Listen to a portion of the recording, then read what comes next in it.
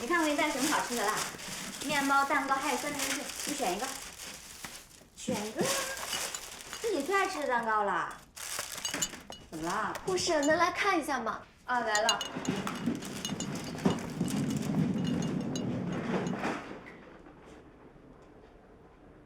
怎么了？我再说一遍啊，目标是同心医院附近步行20分钟以内路程的2手房，最好有装修。好，就这么说定了啊！明天争取把你说的3套房全都看了。好嘞，好嘞，OK， 拜拜拜拜拜拜拜，哎。日理万机啊，你这是？是啊，好不容易有个休息时间，还不多看几套。你现在首付存的怎么样啊？哪儿呀？同心医院什么地段？那房价，我就先随便看看，然后呢，再算算自己什么时候能把钱给存够。你说你这天天啊抠了吧唧的，把钱省下来，就是为了这套房，对吧？当然，我的梦想就是要有一套属于自己的2手房，在同心医院附近，每天上下班步行，这样多好，又省钱又环保。那关键是，那这套房就你一个人住，那也不是个家呀，是吧？当然不是啊，我要跟我未来的老婆在里面住，而且还要在里面生孩子。那问题就来了，老婆呢？老婆在哪儿呢？都没影的事。这确实是一个悲伤的问题。哎呀，我现在不是在努力的相亲吗？谁都跟你似的，随随便便就跟家人妹妹在医院里搞出那么大眼。哎，这对你买啊？你这也太损了吧！我再给你一次机会，王医生，你刚才看到什么了？我刚才看到家人妹，她其实挺努力的，教家人挺好的。平常的时候你别老在医院里去说她。教家人，挺好的。那你上啊，又没有人跟你抢。3天底的虽好啊，可她不是我的菜。我喜欢的类型是软妹子，萌萌的，喜欢毛绒玩具，然后她一出现，就会有粉色泡泡冒出来的那种。哦，有确定人选了是不是？有确定人选了，在这给我演呢，没有，我就是随便说说。是谁？真没有。你跟我说，我又不会跟别人说。哎呀，真的没有。你满足一下我的好奇心，可不可以？不是，你真没有。这对你买啊，你买。啊？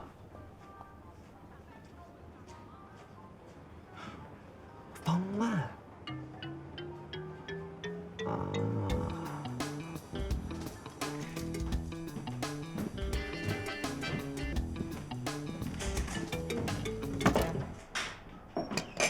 回来了，我照着你上次说的绿豆汤煮了一锅，要不给你盛一碗？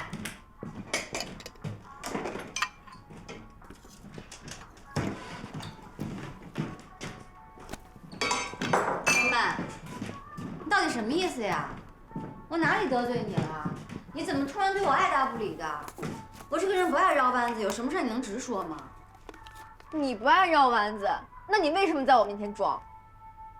我装什么啦？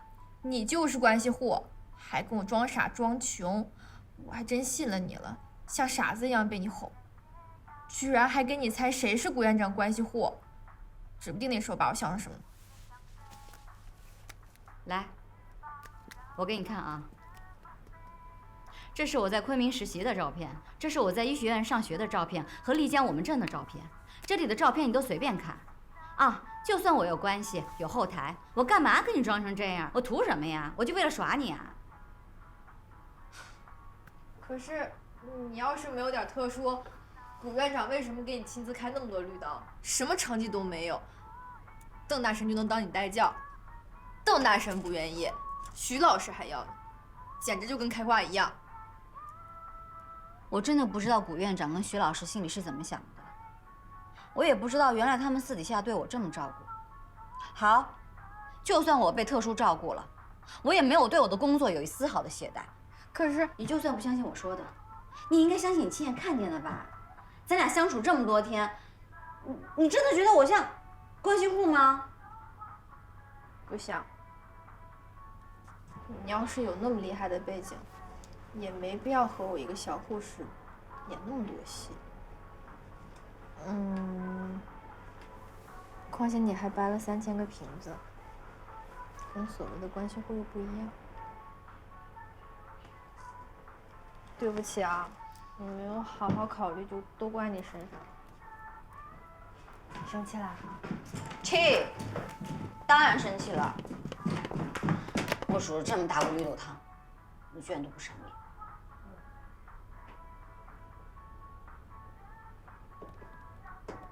好了，现在问题来了，我到底是哪门子关系户啊？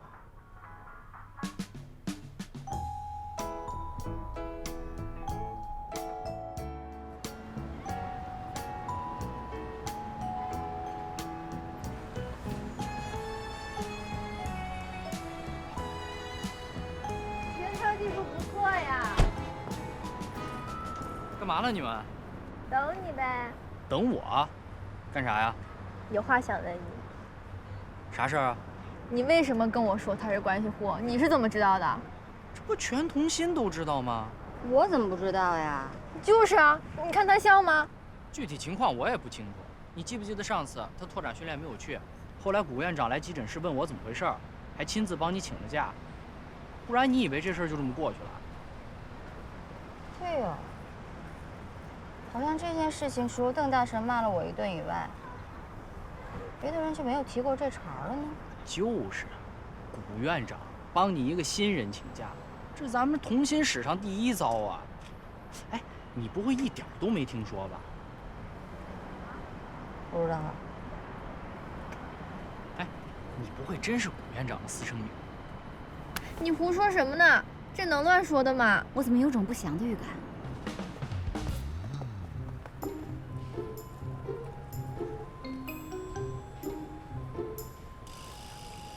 哎，小娇，这是你第一次在同学做门诊吧？嗯，不懂没关系啊，多学多看。好。那徐老师啊，哎，算了，没事儿。哎，没事，有什么话想说的，现在就问吧。那个传言你应该听说过吧？就是说我是古院长的关系户。啊，我倒是听说过这个说法。哎，你不会觉得我是因为这个传闻才愿意当你的代教老师吧？那你为什么要我呀？邓老师都这么嫌弃我了。因为我能从你身上看到许多别人没有的闪光点。哎，还是我主动跟古院长提出的要求的，跟那个传闻没关系，别多想。谢谢徐老师。对不起啊，是我对我自己太没有自信了。别忘了，你可是大名鼎鼎的焦3000啊！门诊的病人都等着呢，快走吧。哎。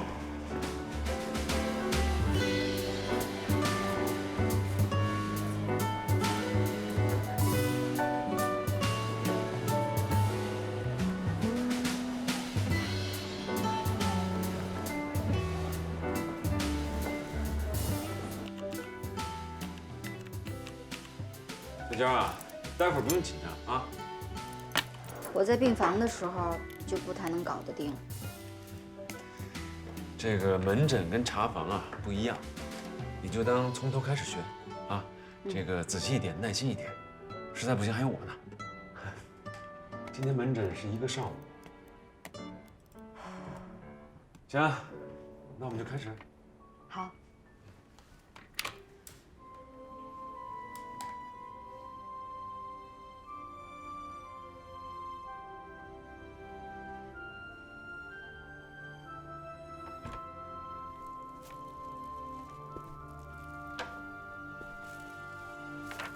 土豆西，土豆背，土豆西又背。可以回去啦。谢谢姐姐。不谢，回去记得吃药，知道吗？来，我们走，麻烦您了。菲菲姐姐再见。再见。拜拜。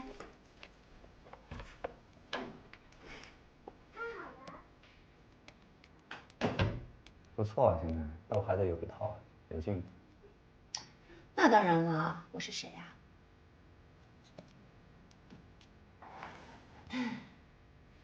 我进步这么大，是不是应该有奖励？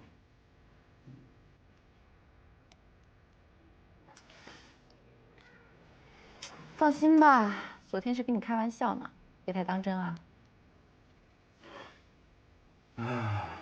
说吧，想要什么奖励啊？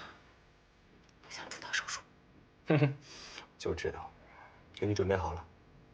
明天你主治的那个病人，腹壁肿瘤切除术。我不想做这种手术，我想更难的那种。想做2级手术啊？对啊。明年。好吧。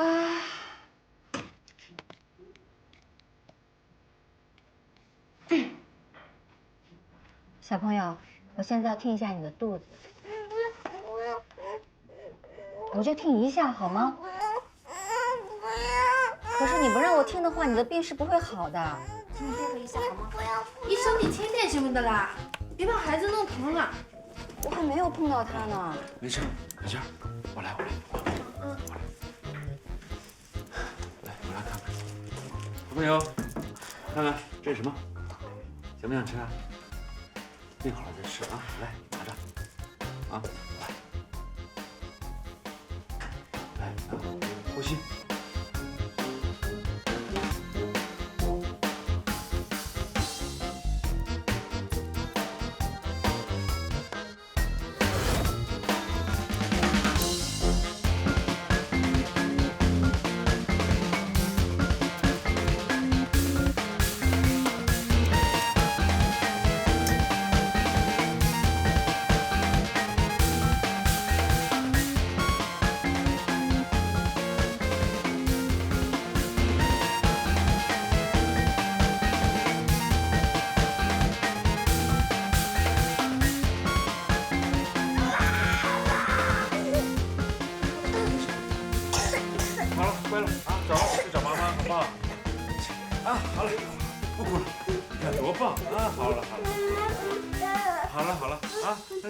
检查病房啊，走，妈妈走了啊，开了3天的药，连吃3天就好了啊。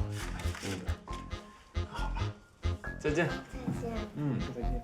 再见啊，吃点药就没事了。乖。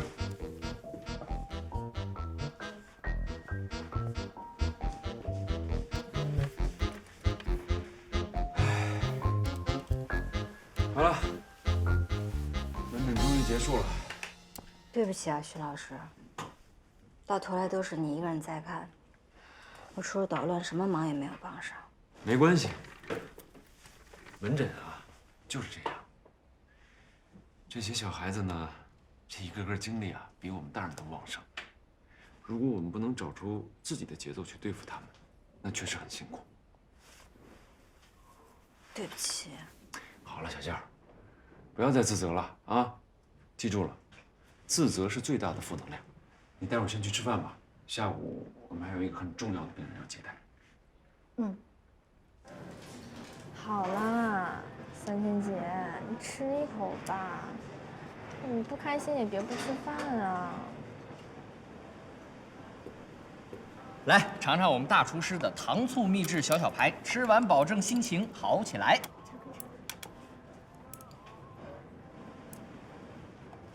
别想了，刚来的都这样，慢慢适应就好了啊。你在云南的时候不是做过门诊吗？那边不这样吗？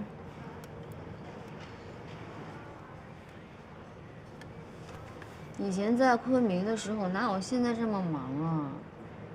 我现在一天要看几10个病人，这病人一多吧，就立刻暴露出了我的各种短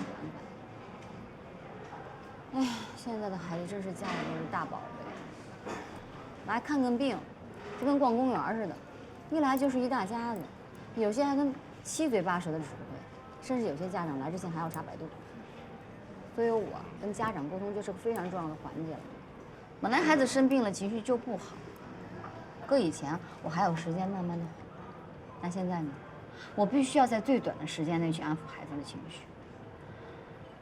哎呀，这实在是太难了，我甚至都怀疑我是不是不适合做儿科医生。咱们童心啊，全国各地的孩子都有，什么疑难杂症呢都会遇到。还有这些孩子之前在别的医院都看过，把咱们童心当成最后的希望了。那些家长把孩子们带过来，都是抱着最大的希望来的，心理压力都特别大，所以沟通起来不是那么容易的。我是不是真的有这么笨呢？其实有那么一点点啦。完了，那你都开始说我笨了。那我完了。哟，大家都在呢。怎么了，3000？我们3000姐啊，正为了门诊的表现，烦得一点都吃不下去饭呢。我跟你说，3000啊，幸亏你现在的老师啊是徐秉泽，这要是换了邓大，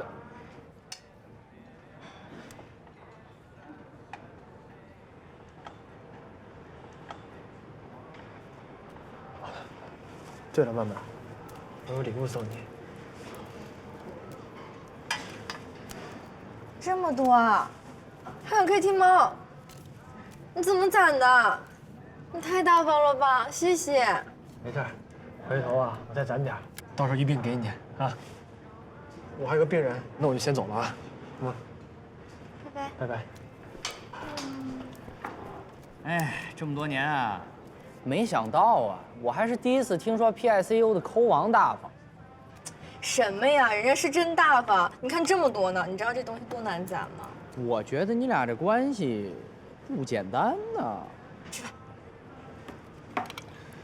哎，家人吃饭，吃，快吃一口吧。尝一口。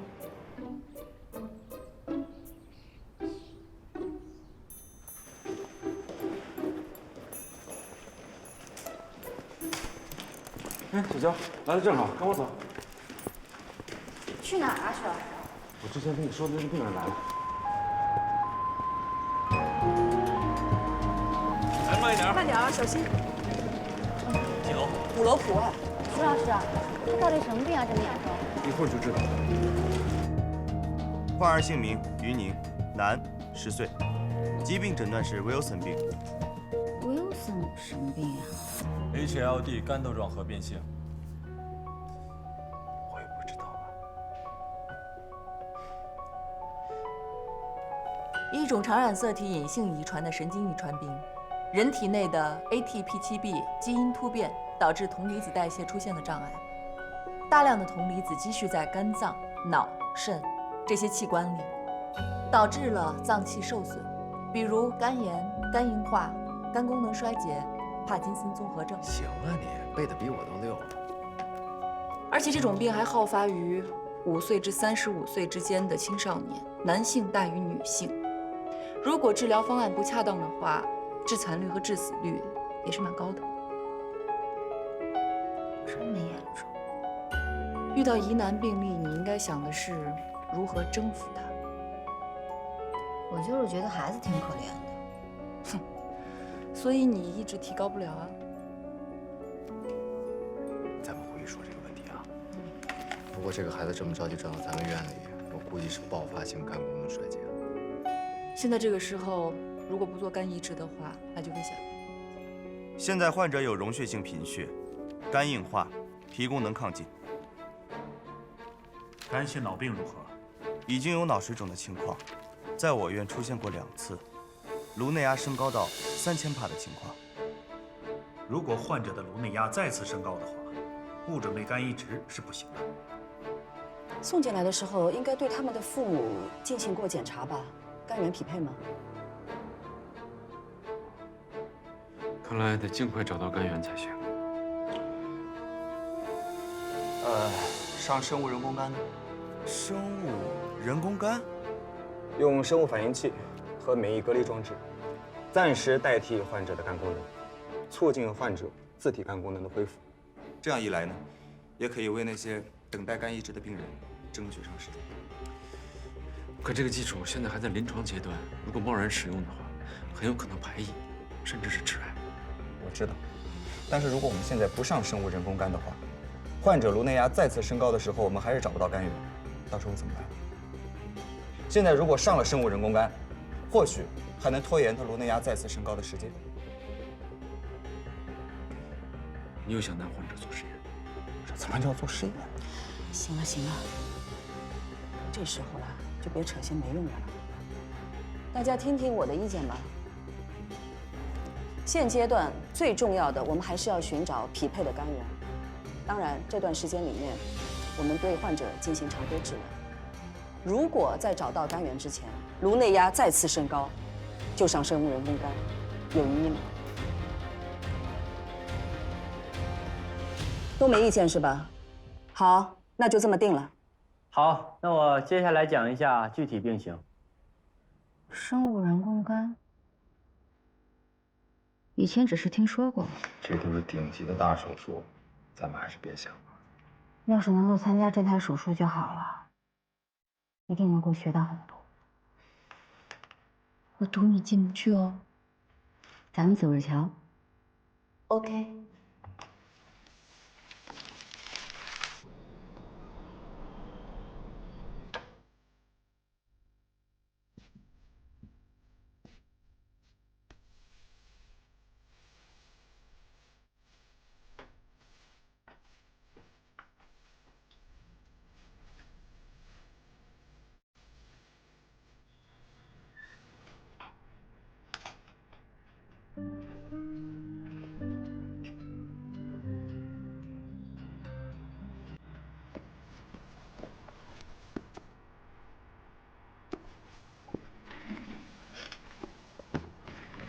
这么晚了，我们怎么还不睡觉啊？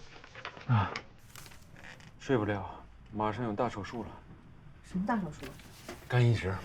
我跟你说，永宁，如果能拿下这个手术，什么职位呀、工资啊、资历啊，反正都不是问题了。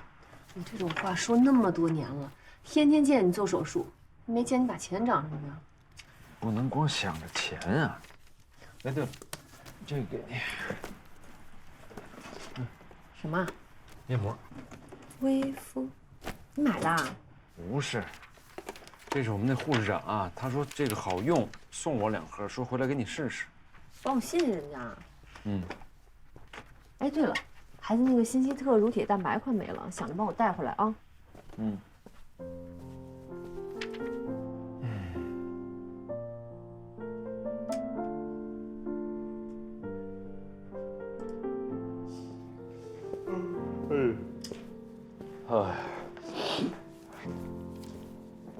哎，娇娇还没睡呢。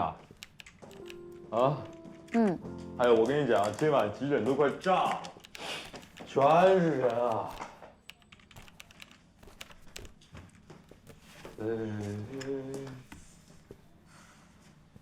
哎，你怎么在弄肝移植啊？嗯，我一定要参加这次手术。那你加油，我相信你。嗯。哎呦，拿错了。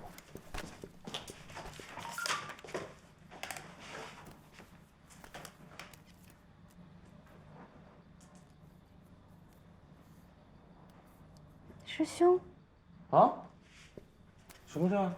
啊，没事儿。哦。哎，对了，你饿吗？我正好想去弄点饭，你想吃点啥？不用了，火锅面。谢谢啊。不客气。家人，在上海还好吗？生活上习惯吗？工作怎么样？哪你想那么容易啊？这里跟我们老家差别太大。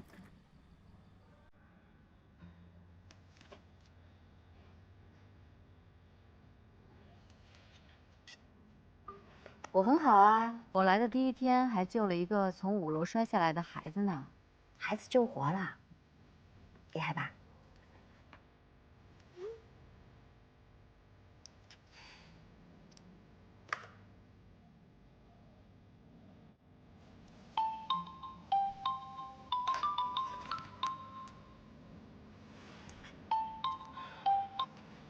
喂，家人。你怎么把电话打过来了？听到你那么厉害的光辉事迹，我能不赶紧打个电话吗？厉害的不是我，我只是参与了一小部分。那也已经很厉害了。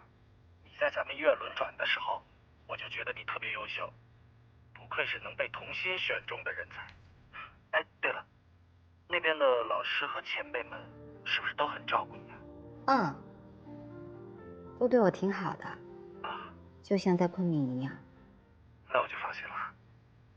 小师妹果然人见人爱。哎，对了，过2天我有个惊喜要给你。什么啊，搞得神神秘秘的。都说是惊喜了，哪能现在说？急诊来叫我了，我先挂了。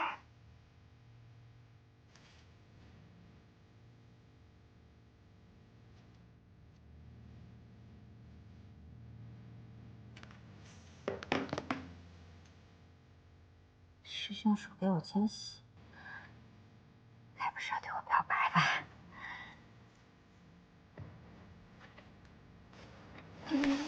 哎，你也来了。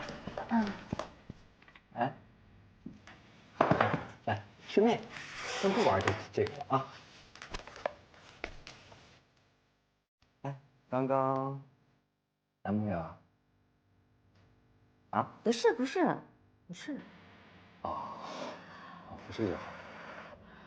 那你慢慢吃，我先上刘关。加油！师傅。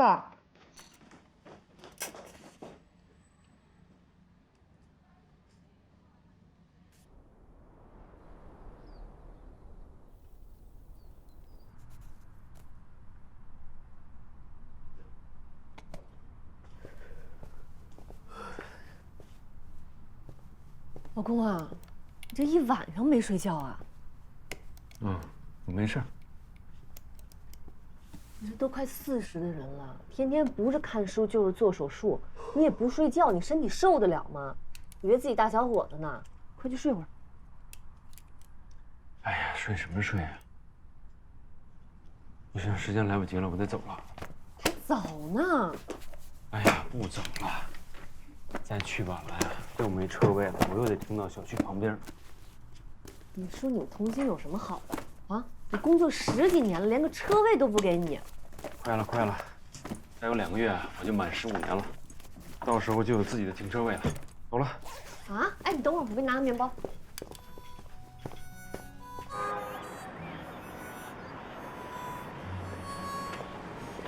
哎，徐医生，赶紧的，这有个位置。好。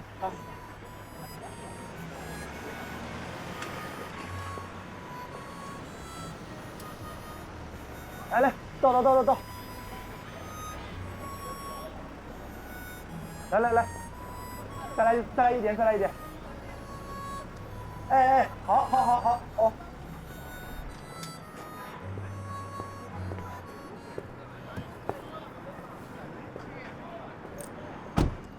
谢谢啊，小何。哎，没事，徐医生。如果我没记错的话，您还有2个月就有专属车位了吧？你记性不错呀。那是，就怕到时候您习惯成自然，还来这里找车位。怎么会呢？行，你忙着啊，我走了。还差2个月，就是整整15年了。在这14年零10个月里，许秉泽一直是童心任劳任怨的许医生，是古老师的好学生，是邓子昂的好师哥，是所有人的好同事。哎，坐吧。现在，他还是焦家人的好师傅。在这么多身份之下，他逐渐失去了自我。或许只有他知道，他太需要一个机会能证明自己了，太想让所有人明白，自己除了这一份兢兢业业，还有高超的医术，还有在医学上的追求和理想。而眼前的这台肝移植手术，可能是他最好的机会。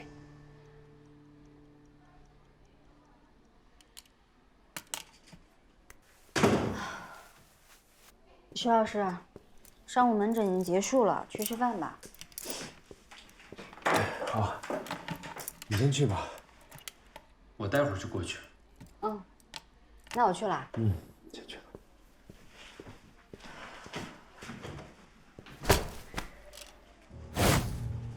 徐老师，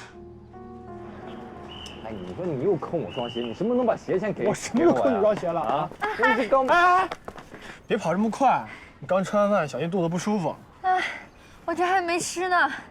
哎，我到了餐厅才发现我员工卡忘带了，我得给刘餐店带饭呢。不跟你说了。哎，这样，用我的卡吧。啊，谢谢啊，省得我再跑一趟了。我就说你最大方了吗？哎，妹子，是不是不太懂规矩啊？用我们扣王的卡，待会儿花多少得转到手机上。啊，是不是要给娇娇买饭？啊，用我的，用我的。怎么哪都有你啊？1顿饭而已，拿去随便刷。不是什么，现在就1顿饭而已，你怎么就随便请我？哎，我说你最近是不是皮痒啊？你信不信我邓子昂在你身上抽2刀？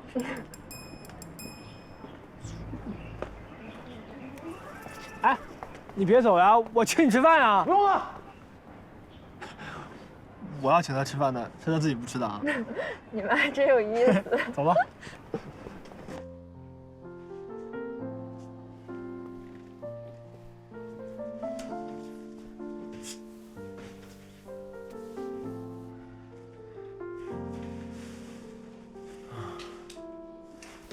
徐老师，你没事吧？没事，没事。这些东西哪儿来的？我找外面护士借的。他们不知道我晕倒了吧？我借了东西就回来了，还没来得及说呢。来，你吃颗糖。那就吃个糖。不用了，没事。把眼镜递回去。哦。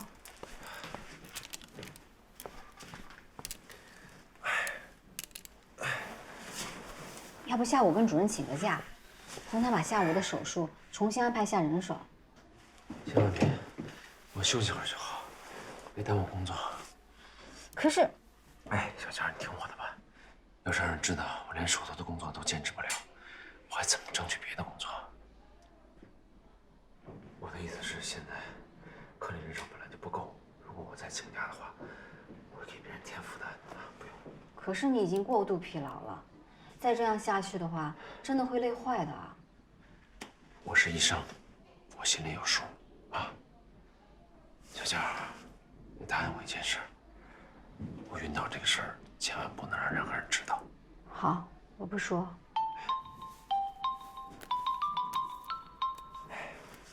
喂。啊，好，我马上来。徐老师，我去下传达室，您再休息一下。我待会儿回来给你拔针哦。你再休息一下啊。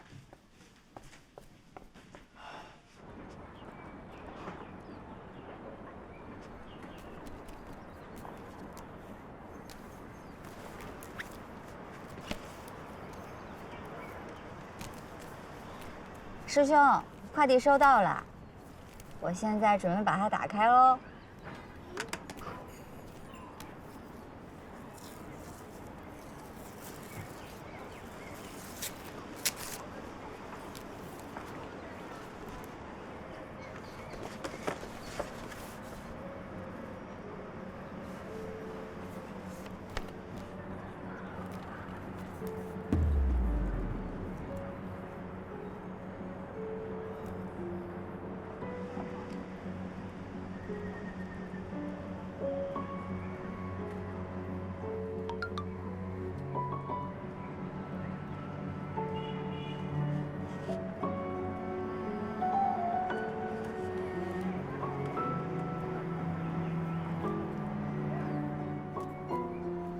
咱俩这么深厚的革命友谊，必须要跟你分享一下我的幸福。你也抓紧给我找个妹夫，别光顾着忙工作。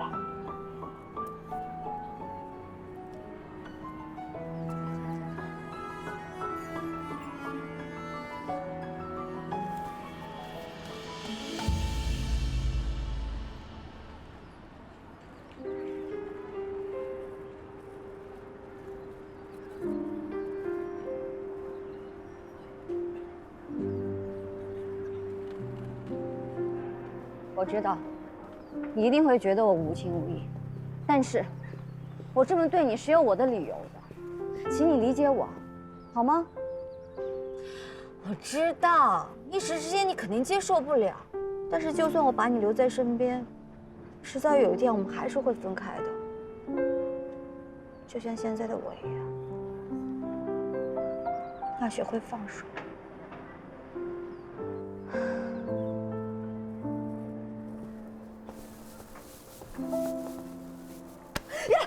吓死我了！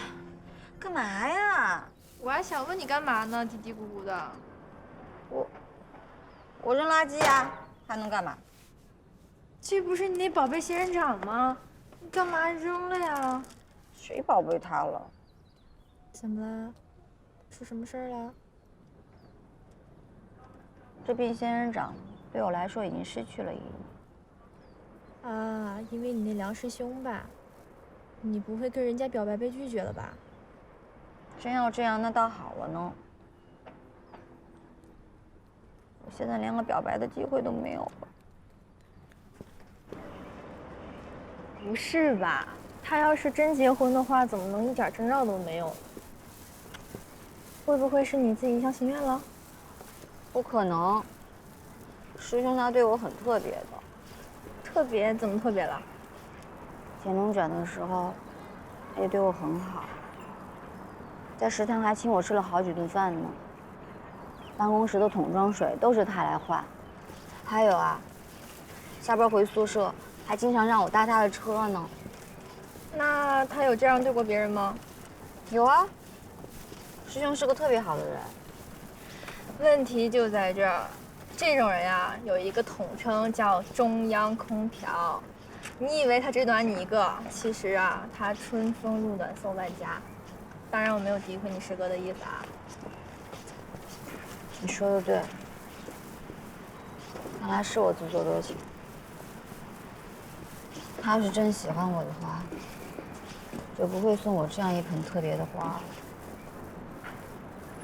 好啦，没关系，不还有我陪你呢吗？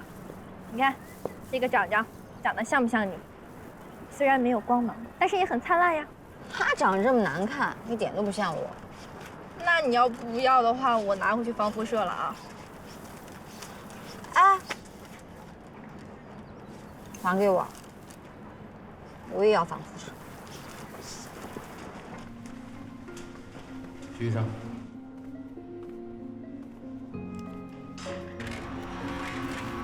徐老师，你再休息一会儿吧，等码好了我叫你。没事，已经好多了。别的医生麻醉的时候都不用盯着他，你好细心哦。习惯了。你还记得这孩子吗？当然记得了。陆正宇的病呢，可能是阑尾炎引发的腹膜炎。你确定那小姑娘没看错？这个你放心，我非常确定。真的不是肠胃炎吗？不就是肚子疼，有点发烧吗？小雨的症状已经是阑尾炎的症状了，你应该早点带她来看医生。我这也是怕耽误了孩子学习嘛。我现在给你注射止疼药，一会儿就好了。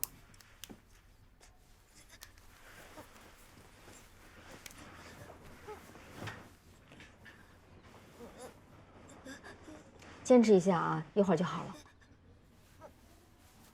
医生啊，这个阑尾炎也不是很严重的，是吧？一般早期的阑尾炎呢并不严重，但是小雨错过了最佳治疗期，而且已经穿孔了，并且导致了腹膜炎，所以呢必须在恶化前尽快手术。还要手术，这么严重呢？你先别着急啊，即使是手术，也不会是很严重的手术，放心。你对小雨印象挺深刻啊。小雨这孩子很特别，总是一副心事重重的样子，还不愿意跟人说话。对病人用心是好事。您不也一样吗？一定要看到病人麻醉好了。哎呀，我不像子昂，在技术上本身就有天赋，所以啊，我只能在细节上多做一些努力，比如说多观察呀，这样就能在其他方面减少失误。走吧，走。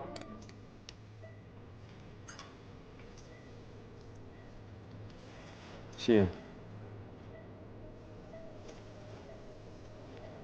钳子。剪刀。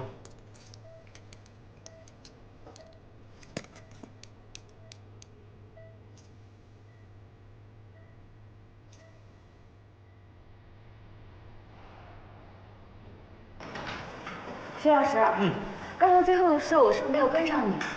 还好，差一点。不过你今天表现已经很不错了。谢谢徐老师。徐师哥，哎，子昂，徐师哥，哎，手术顺利吗？挺顺利的。小娟啊，今天起了很大的作用。是吗？进步很大呀。谢谢邓老师。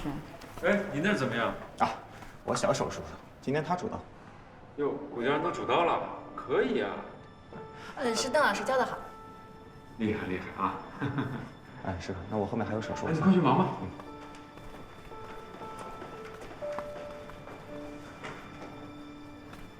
小娟儿，你今天表现确实很好，过不了多久，你也可以出道。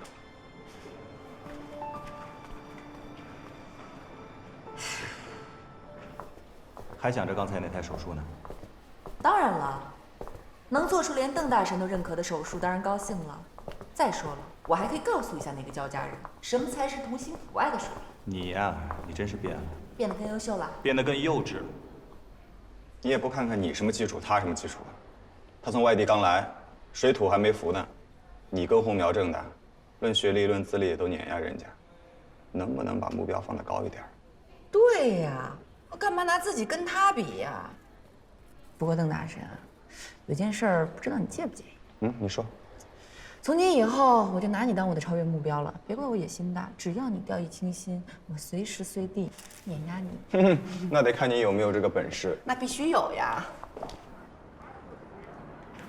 硕硕爸爸，哎，来看硕硕啊？哎，对。正好，我现在过去，走吧。哎，硕硕妈在里头吗？这个时间应该在吧？那我还是等会儿再去吧。怎么啦？又吵架啦？不，没。我跟他说好了，我们一起照顾硕硕。但我们公司实在是太忙了，这不老板死活不肯放人。那怎么办？不过现在没关系了，反正我被炒鱿鱼了。啊，这也太不近人情了吧！哎，你千万别跟我老婆说，我这还说要自己救孩子养老婆呢。这要是让他们知道我没工作了，那不是雪上加霜啊！反正啊，我们公司这把我一吵，我都不知道怎么跟他们说。每天反正到了上班的点儿吧，我就出门转悠转悠。今天转来转去的，就转到这儿来了。你也别太担心了，总会有办法的。谢谢焦医生。哎，咱说好了，千万别跟我老婆说啊。好，我不说。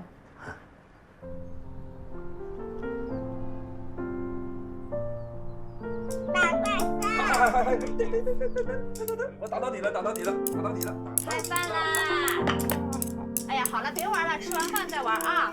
好吧。我还要玩。听妈妈话啊，要先吃饭。你最爱吃的，还有我们嘟嘟最喜欢吃的可可球，真乖，来，我们再来一口。我吃完啦。哎，你别玩手机了，你看他。我来。嘿，这呀，摔倒了，看看。哎呦！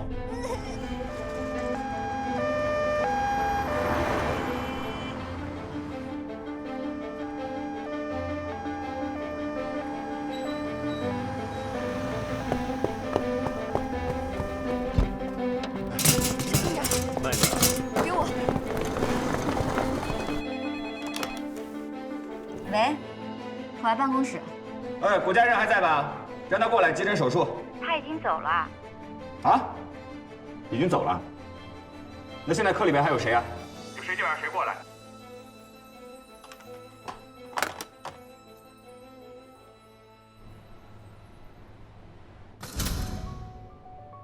这个孩子的情况，因为颈部周边有很多神经和血管，如果随便拔出来的话，可能会造成更多的伤害，所以必须在那之前扩张伤口。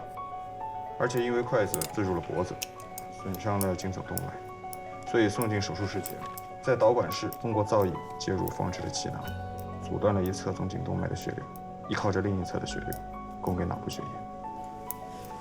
阿公，所以我们就可以安心的取出异物了。不，阻断一侧总颈动脉并不能太久，所以我们现在必须要足够的快。为什么？你先不要停，待会儿我们就知道了。神经玻璃丝。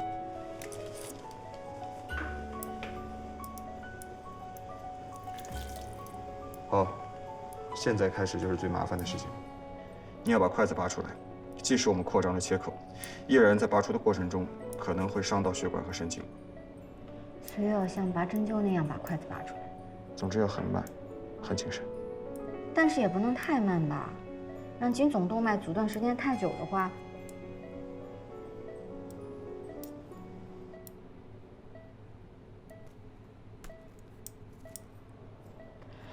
好，我知道了。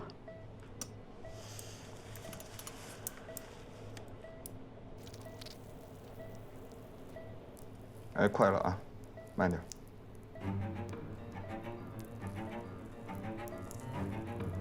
还是快。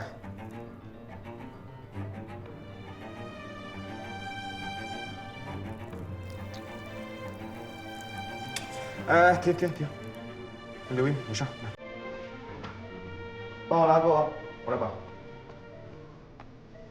来，我来拔。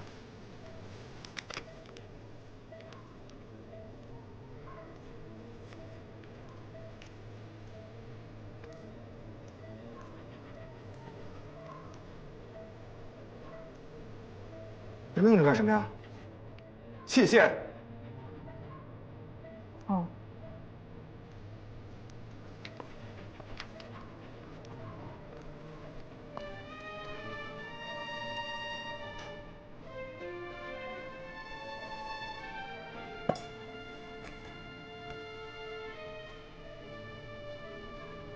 对，好。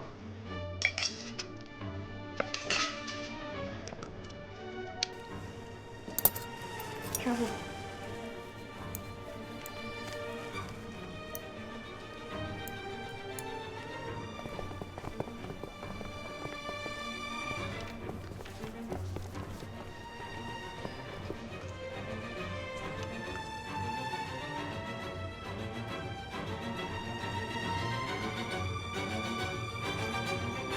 闺女，你过来一下。上次你说让妈妈买的这个博士化妆品，今天我给你买了一整套。哎呀，谢谢妈。哎，吃饭了啊，菜都凉了。好嘞，吃饭了。好。这么多菜呀，爸。哎呀，今天阿姨休息，老爸露一手。尝尝这鱼。好吃。哎，对了，爸。嗯。我今天煮到的时候可顺了，就像你所说的，行云流水的那个手感和手法，连罗老师都表扬我了，说我很快就要超越子昂哥哥了。那是小罗哄他玩呢。其实家人和子昂啊，还差得远呢，很多地方都需要好好学，好好练。你这个人真没劲，人家小罗都知道哄我们家女儿高兴，你这个当亲爹的就会泼冷水。如果每个人都看待我是院长而不敢批评他啊，净说些奉承话，那有什么好处啊？他怎么进步啊？我们家女儿前途无量啊，不是你这个小小的院长可以比得上的。宝贝儿，临床呢，你经历经历就行了。咱们的目标是要当大领导，走到哪儿我都要当最好的，临床也是有挑战的。哎，这才是我的好女儿。哎，我说你怎么吃饭都堵不上你的嘴啊老佛爷赏的红烧肉哎，好吃，来，红烧肉。公主也赏了一块。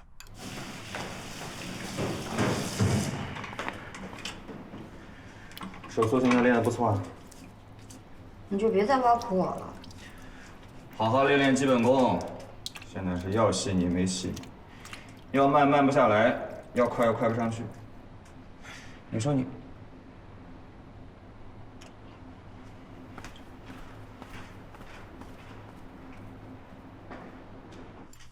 哎，宝贝儿，子昂教你教的怎么样啊？当然好了，整个同心医院你还能找到谁比子昂哥哥更好啊？以后啊，在医院里不要老子昂哥哥、子昂哥哥的叫，你们私底下关系再好，在工作中他是你的老师，要有分寸。知道了。哎呀，不就是一个称呼吗？他们俩从小一块长大，你干嘛搞得这么生分？再说了，子昂这个孩子吧，我一直都很喜欢，只有他才配得起我们家的宝贝女儿。子昂只是他的代教。你在美国不是有男朋友吗？那个 ABC 算什么呀？啊，论人品、论相貌、论才华的话，他哪一点比得上子昂啊？我跟你说，你对人小伙子了解多少啊？是吧？你行了，你别说了，他不就是一个黄皮肤吗？外表看起来是这样，实际上那就叫外国人，你懂不懂啊？我跟你说啊，子昂这个孩子，我就是喜欢。你要是想把咱们的闺女嫁到国外去，我是不乐意的啊。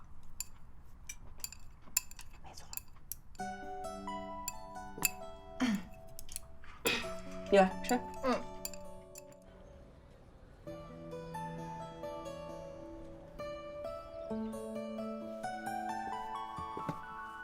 回来了。娇娇回来了，来，和平战马，提提神。谢谢啊，八哥。怎么了这是？没精打采的。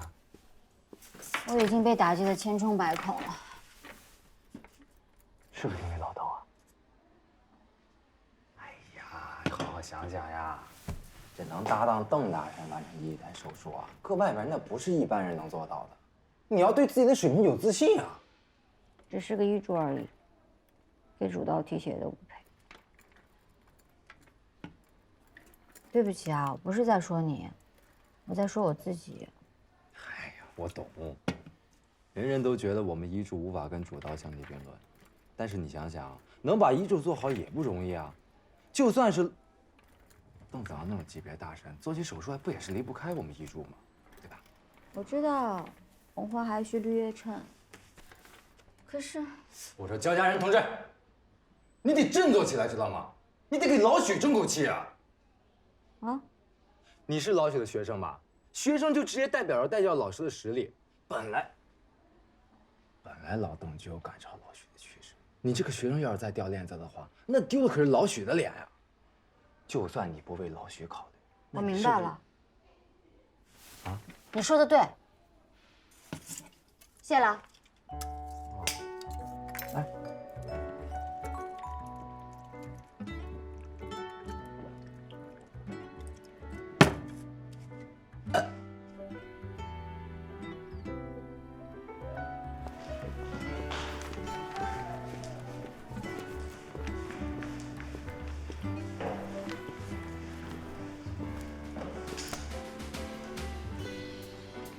邓老师，玩什么呢？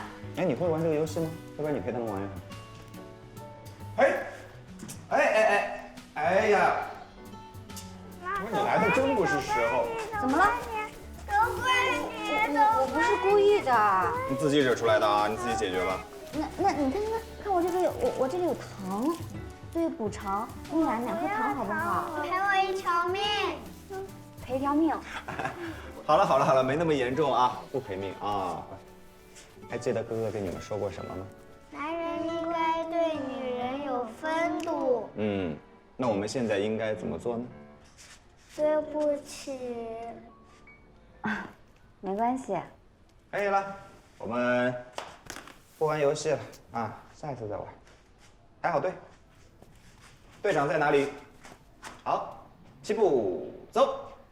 1、2、1，1、2、1，1、2、1，1、2、1。天哪，邓老师，你也太厉害了吧！你是怎么做到的呀？哎，羡慕嫉妒恨了吧？我知道我在很多地方还有很多的不足，但是人总是要一步一步提高才能进步的嘛。你可不可以教教我呀？给你一个好机会，让你提高，给你一次这个跟家长密切联系的这么一个机会，好不好？什么机会？你知道我们医院旁边有一个小水滴幼儿园吗？哦。你去那里做志愿者。志愿者？太好了，明天我轮休，正好可以去。到了那里找他们罗院长，说是我介绍过去的。明天我一定去。哎，对了，谢谢啊。你这反射弧还挺奇怪的。我是为了硕硕，要不是你，可能他就醒不过来了。硕硕这孩子是他自己坚强。对了，他父母现在情绪状况好点了吧？他妈妈应该没事了吧？但是他爸爸不太好。他爸又怎么了？被公司辞退了，又不敢跟家里人说。我先走了。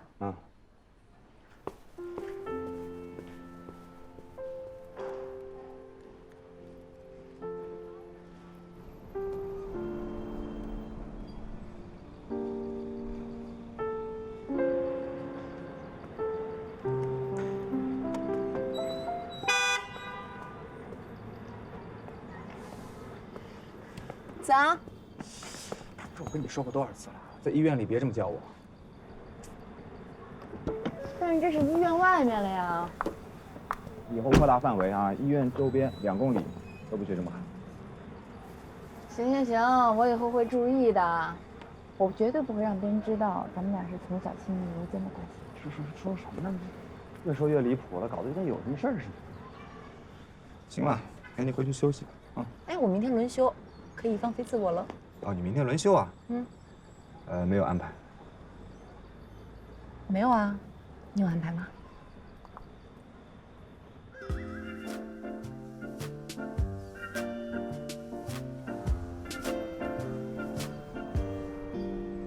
小朋友们，今天我们学一个洗手操，好不好？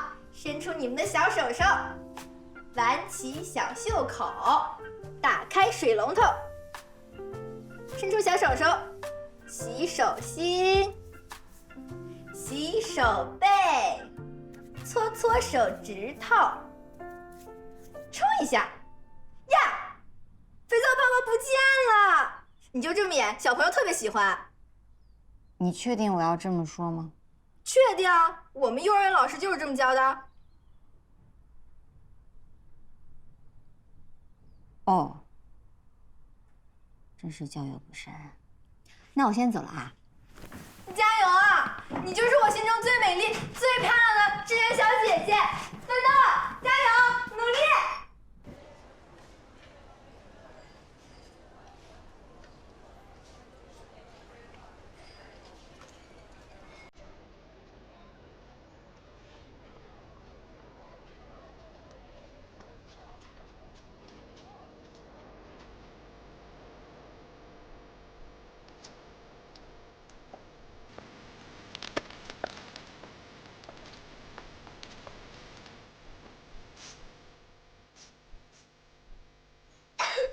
搜搜，怎么了？爸爸妈妈呢？别哭了啊！不哭了，乖。爸爸妈妈去哪儿啊？好了，哎呦，你看，叔叔这里有糖，好不好？你吃颗糖好不好？小心心的糖啊。好了，马上就回家了，我们很快就回家了，好不好？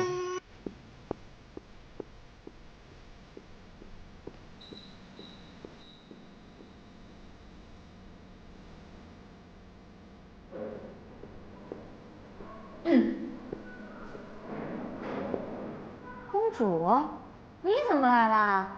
怎么我不能来啊？那老师让我来的。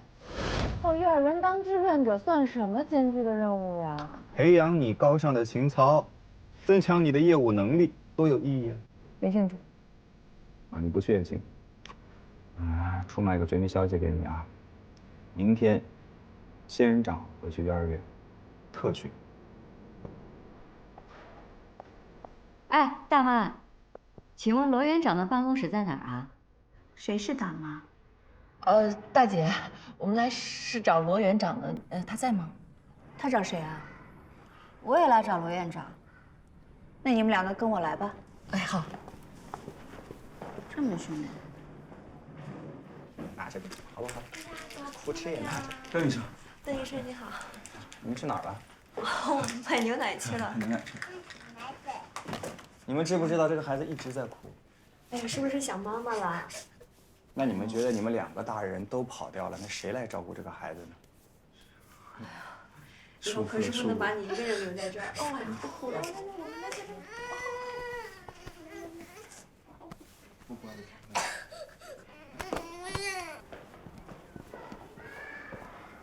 不好意思，大姐，我想问一下，这个罗园长现在到底在哪儿啊？我就是。怎么，我不像园长吗？没有。你们找我什么事儿？是这样的，邓老师介绍我来做志愿者的，我是同心普外的谷家人。我也是邓老师介绍来的，我叫焦家人。哦，2位家人，不过好像1位家人的眼光不怎么样啊。你们2个都是做志愿者的，知道怎么做吗？您放心，志愿者的任务不就是教孩子一些简单的卫生习惯？我们是儿科医生，没问题的。那我给你们介绍一下我们每天的入园流程。好。每天早上我们会安排志愿者到校门口去引导车辆，接小孩子们下车，帮助那些有急事和独自开车的家长。入园的卫生检查呢是我们的必须流程。等到小孩子他们检查好，拿到一个小红卡，把那个小红卡放到自己的档案袋里面，我们整个流程就算结束了。你的小红牌儿。下一个。来，叫什么，宝贝儿？高宇轩。没事吧？疼不疼？不疼。哎呀，菲菲，来，自个儿站起来。菲菲，怎么样？没事吧？快起来，来妈妈看看啊，怎么样？有没有摔痛啊？没事儿。膝盖怎么样？都有点红了呀。你这个人怎么这样啊？你就站在这儿看我儿子摔倒，怎么都不过来扶一下呀？宝宝妈妈，您误会了，我刚才第一时间就过来了，我看到宝宝没受伤，所以呢，我鼓励他自己站起来。你没听到他说很疼吗？他膝盖都摔红了。我们是男子汉，自己摔倒了可以自己起来的，对吗？他才5岁啊，你知道吗？你真是站在这儿说话不腰疼，感情摔的不是你家孩子是吧？我不是这个意思。那你什么意思呀？罗园长，你过来一下。哦，菲菲妈妈。哎呦，你们这位志愿者看到我儿子摔倒，连扶都不扶一下。我今天这是看见了，我这要是没看见呢，都指不定多少次摔倒没扶了。不是的，罗园长。行了，别说了。菲菲妈妈，这件事情怪我们处理不妥当，我向你赔礼道歉。以后我们工作上一定注意更加细致。您不用跟我道歉呀，就是这个小姑娘说话实在是太不好听了。行吧，我就说这么多啊。不过你们这一次的处理方式还算正确，没有把那筷子贸然拔出来，否则的话会很危险。因为那根筷子如果是插到他的大动脉的话，一旦拔出来以后就会引起大出血，到时候即使送来医院，可能我们也没得救。邓医生，能不能再给我们普及一下，就是外伤怎么个处理方法？如果是小孩平时只是一点擦伤的话，你们看，如果伤口很浅不深的话，就拿酒精碘伏擦一下，用纱布包裹一下，基本上就没事了。但是如果你们发现伤口比较深，如果像小嘴巴一样的，张口的那个形状，你们就记得包裹好以后马上送到医院来，可能我们就要考虑给他缝针了。哎，那烫伤呢？烫伤处呢，用冷水，流动的冷水，冲15到20分钟。如果孩子呢是穿着衣服烫伤的，先把衣服剪开，再把衣服慢慢的、缓缓的推下。如果旁边有便利店可以买到冰块的话，买一点冰块回来，在烫伤处冷敷一下。但是你们切记，千万不要用老办法，什么牙膏啊、酱油啊抹他的伤口，千万不要。是。那个邓医生，我想问一下，扭伤是不是不能热敷啊？因为上次我儿子踢足球不小心把脚崴了，然后给他热敷一下，结果第2天疼得站不起来了又。扭伤不是说不可以热敷啊，不能立即热敷，先冷敷，这样可以起到消肿止痛的效果。在24小时之后，然后才开始进行热敷。这样啊，对了，我们同心医院印了一批小册子，就是为了普及各位家长的，就在前台，你们可以去领，好吧？行。这2个姑娘来普外也有段日子了，你觉得怎么样？您是要听实话呢，还是要我说说客套话？我要是想听客套话，我就找老许了。说实话。那你就是在逼着我骂人呗。看来你对他们2个评价不高啊。哎，怎么说呢？新人嘛，总有这里或者那里的不足，也没法告。这也都正常。哎，对，我估计现在啊，这2个家人这被幼儿园那些孩子折磨得够呛。你把衣服留下，走吧。园长，刚才真的是误会，没什么误会。我刚才第一时间过去看孩子了，地面很干净，孩子没有受伤。我鼓励他自己站起来，我觉得我做的没有错。你怎么不理解啊？鼓励孩子摔倒了自己爬起来，这是没有错的呀。那我错哪儿了呀？你对家长的态度，刚才那个地方不是你跟家长去讲道理的场合，只会妨碍我们入园的工作。对不起啊。没什么，你把衣服留下来，走吧。园长，我还有事儿。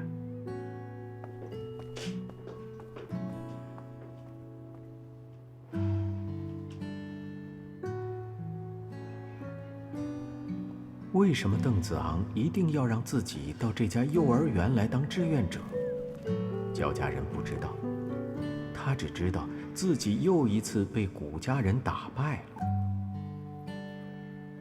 短暂的时间里，他只学会了一件事，那就是不能以一个居高临下的态度去跟家长讲道理，而是要学会体谅他们的情绪。可是，他却没有机会再证明自己了。带着这样的郁闷，他回到了医院。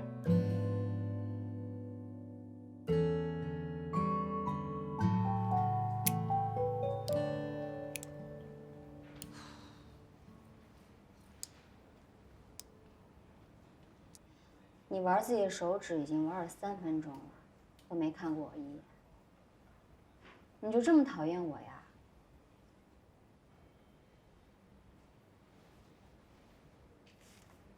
哎，你看过《火影忍者》吗？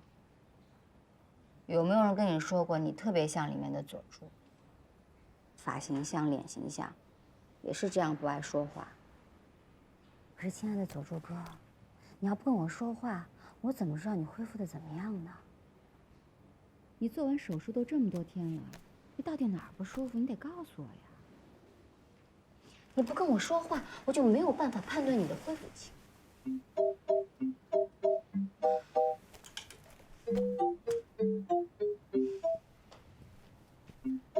哎，你干嘛来着？我交流病情呢。哦，还蛮有效果的啊。走吧，科会。为什么突然要开科会啊？那个 HLD 找到肝炎源了。HLD 就是要肝移植那个。真的？嗯。那孩子有救了。那这么大的手术，我好想参加呀！哎，你这么优秀，肯定能参加的。肝源这么快就找到了？我当年在合肥，距离也不近啊。那不如把孩子送回以前的地方做手术，这样距离还能近一点。肝移植是规格很高的手术，只有经过卫健委批准的医院才能做这个手术，他们那边没有资质。能这么快匹配到肝源，真是太走运了。而且还是个孩子的肝源，不容易。但是有一点，这个捐献者比我们的小病人大5岁，所以呢，我打算进行披离式肝移植。哎，这是个邓大神啊！上次那个高空坠落上埃克茂那个孩子，切除肝损失。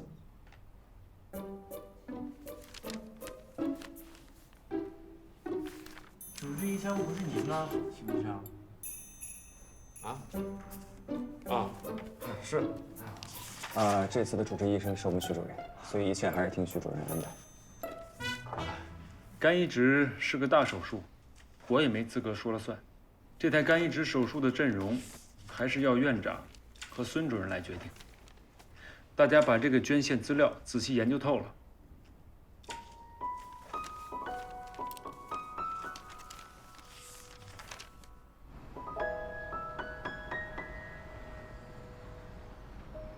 任务完成。我听罗院长说了，任务完成的不错啊，还收了一批小粉丝。那是必须的。我谷家人有心想做的事情，有什么做不好的？不过邓老师啊，我任务完成的这么好，是不是应该奖励一下？完成任务是你的本分，要什么奖励啊？还有啊，我听说那个仙人掌在幼儿园里被学生家长吵起来了，怎么回事？我这个人呢，不喜欢说别人坏话。再说了，对他的事情我不感兴趣，知道？还挺懂规矩的，不错。那我也不问。不过本公主认为，没有奖励无所谓。那邓老师是不是应该请学生吃顿饭啊？你到吃饭点儿了，那行，食堂走起呗。走。哼。哎，你等一下，接个电话。喂。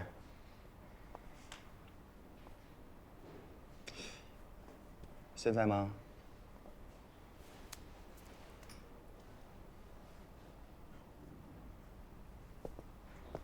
哎，我在听呢。啊，好，我现在过来。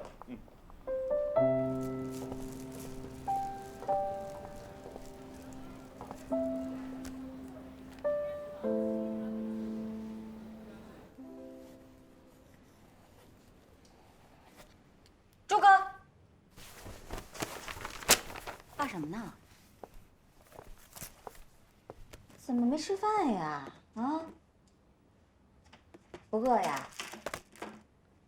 我跟你说啊，现在的小姑娘可不喜欢太瘦的男生，会觉得没有安全感的。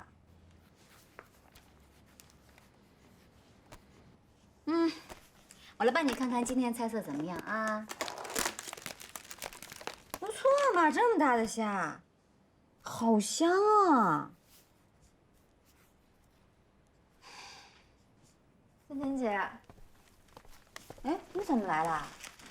我在食堂等了你半天，你也不过来。我听说你在茶房废寝忘食的，那给你带的汉堡。还是你对我最好了，小朋友，该吃饭了，吃饱了病才好得快哦。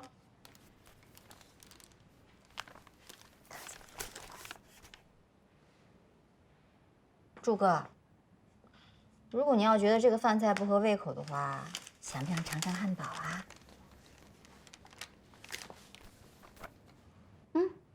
那今天我跟你交换好不好？我把这个汉堡放在这里了啊。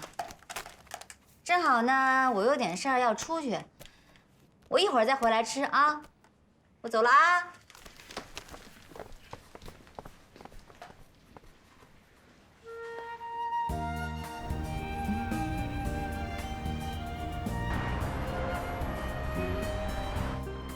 是不是我不打给你，你还真不打算见我？是你先把我微信删掉的。那你可以加回我啊！你又不是不知道，我这脾气啊，一上来我也控制不住。你这个脾气真的得改一改。我知道，我现在真的在改，我是真的很爱你的。你再给我一次机会好不好？你说了你会改啊？你看啊，我们在一起都快1年了，这是我们在一起的第1个我的生日，你都没有陪我一块儿过，这换了谁呀，都会生气的。这件事啊，你是不是应该跟我道歉？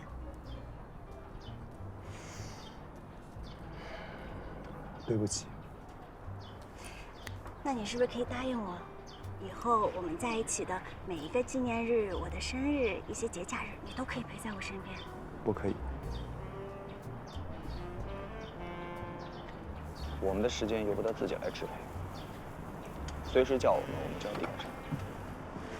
你自己换位想一想，你去医院的时候，因为自己有病了，自己生病了，自己需要去求他们，要让他们来帮自己治好自己的病，所以把所有的希望都寄托在他们身上了。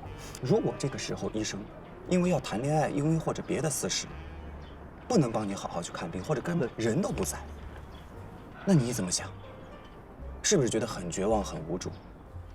那你所谓的那些你的节假日啊，那些纪念日啊，我真的没有办法保证都会陪你过。那可能我觉得我是不是其实不是你想要找的那样子的一个男人？这句话什么意思？我的意思就是，我们可能不太适合彼此。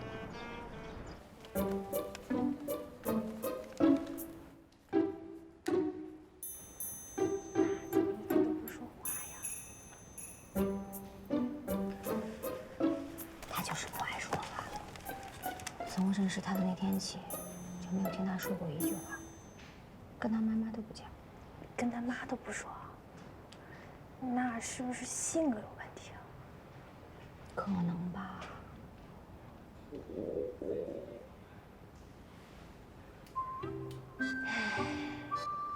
饿了吧？先吃我的吧。你真好。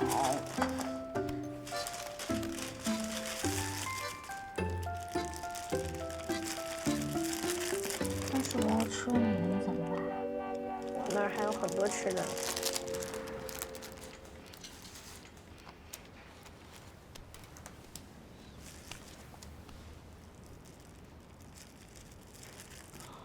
吃了喂。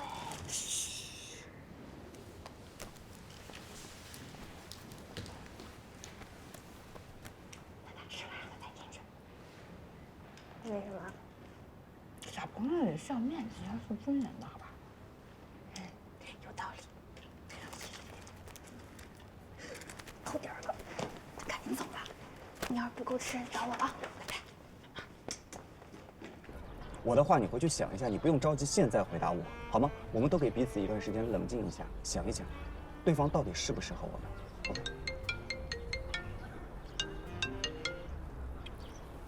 哎，家人，你说。啊，我在外面呢。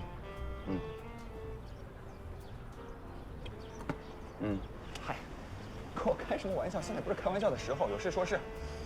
啊。OK，我知道了，行，我马上回来。好。你干什么？家人是谁？我就问你家人是谁？我同事，他叫家人。这是你的同事吗？啊？你跟同事打电话是这态度吗？我态度怎么了我？你跟我在一起都没有这样笑，你跟你一个同事打电话你就笑成这样，是不是？什么呀？我笑什么了？我笑了吗？我这真奇怪了，真的是医院找我，病人在找我，好吗？病人找你还是家人找你？丹子啊，你把话给我说清楚了。行，你给我控制啊！有什么我们晚点再说，好吗？我现在真的要去医院了。你控制住好吗？丹子啊！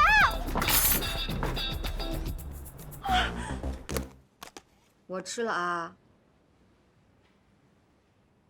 真吃了啊。不说话，点头摇头总会吧？谢谢。我知道你不喜欢吃这里的饭。既然它主要是汉堡，那我明天跟你妈妈说，让她以后给你买汉堡，好吗？不要。怎么了？别告诉他。为什么？好，我不告诉他。那我偷偷给你买，好吗？你俩是朋友？啊？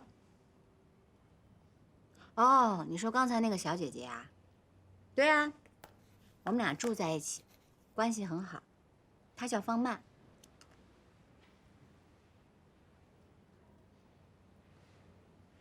哦，我和方曼都不会告诉你妈妈的，放心吧。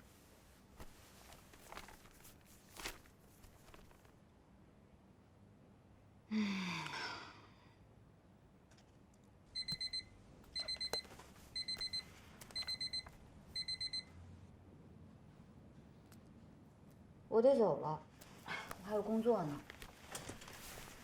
明天我再拿汉堡过来跟你换，我晚上再来看你。那我走了。